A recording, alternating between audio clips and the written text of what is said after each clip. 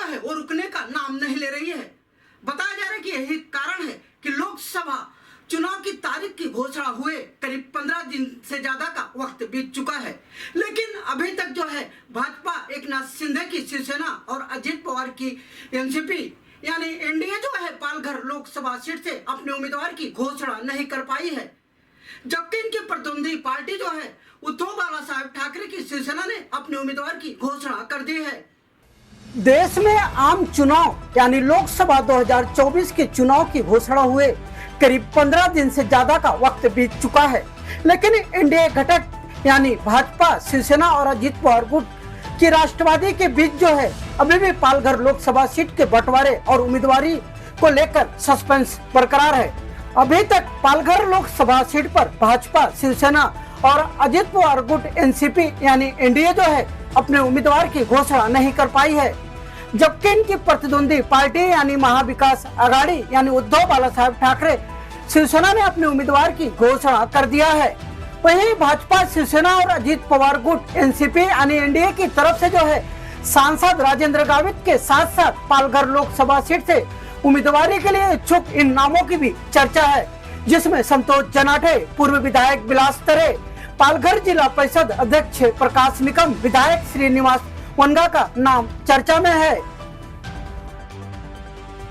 वहीं अगर हम सांसद राजेंद्र गावित की बात करें तो पालघर लोकसभा सीट पर पालघर के सांसद राजेंद्र गावित की उम्मीदवारी का विरोध जो है वो रुकने का नाम नहीं ले रहा है। यही कारण बताया जा रहा है कि लोकसभा चुनाव के तारीख की घोषणा हुए 15 दिन से ज्यादा का वक्त बीत जाने के बाद भी अभी तक पालघर लोकसभा सीट पर भाजपा, शिवसेना और अजित पवार गुट एनसीपी यानी एनडीए अपने उम्मीदवार की घोषणा नहीं कर पाई है। राजेंद्र गावित ने जब से पालघर की राजनीति में कदम रखा है, अभी तक गावित को लेकर इतना विरोध देखने को कभी नहीं मिला जितना इस चुनाव में देखने को मिल रहा है। एक तरफ कहें तो गावित की लोकप्रियता खत्म होती हुई नजर आ रही है। भाजपा के पदाधिकारियों और कार्यकर्ताओं की नाराजगी और विरोध को समझा जा सकता है, लेकिन आम मतदाताओं में भी बड़ी संख्या में गावित के प्रति नाराजगी देखने को मिल रही है। सवाल उठता है कि पार्टी के पदाधिकारियों और कार्यकर्ताओं की नाराजगी को दूर किया जा सकता है, लेकिन आम मतदाताओं की नाराजगी को पार्टियां किस तरह दूर करेंगी, आम मतदाताओं को कैसे समझाएंगी, क्योंकि आम मतदाता जो है राजेंद्र गावित को वोट देने को तैयार नहीं है और जिसका फायदा विरोधी पार्टियों को हो सकता है। पालघर लोकसभा सीट पर उम्मीदवार का नाम फाइनल कर घोषित करने के लिए जो है भाजपा, एकनाथ शिंदे गुट की शिवसेना और अजित पवार गुट की राष्ट्रवादी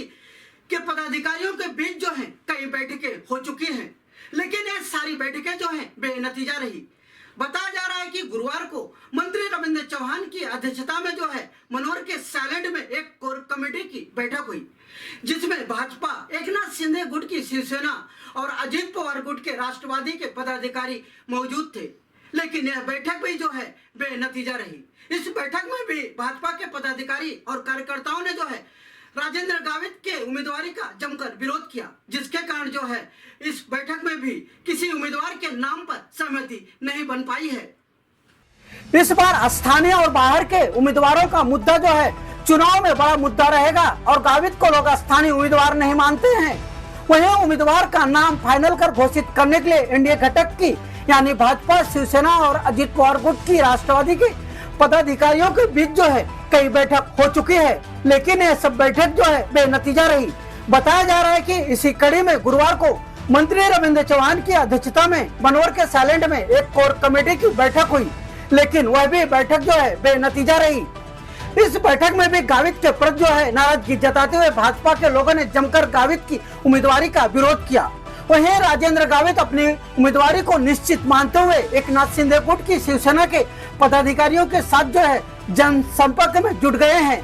लेकिन ऐसे में सवाल उठता है कि अगर पार्टी ने चर्चित नामों में किसी दूसरे को उम्मीदवार बनाया तो गावित क्या करेंगे, यह सबसे बड़ा सवाल पैदा हो रहा है। अगर अभी तक आपने हमारा चैनल सब्सक्राइब नहीं किया तो अभी सब्सक्राइब करें और बेल आइकन को क्लिक करके हमारी लेटेस्ट खबरों से रहे अपडेट।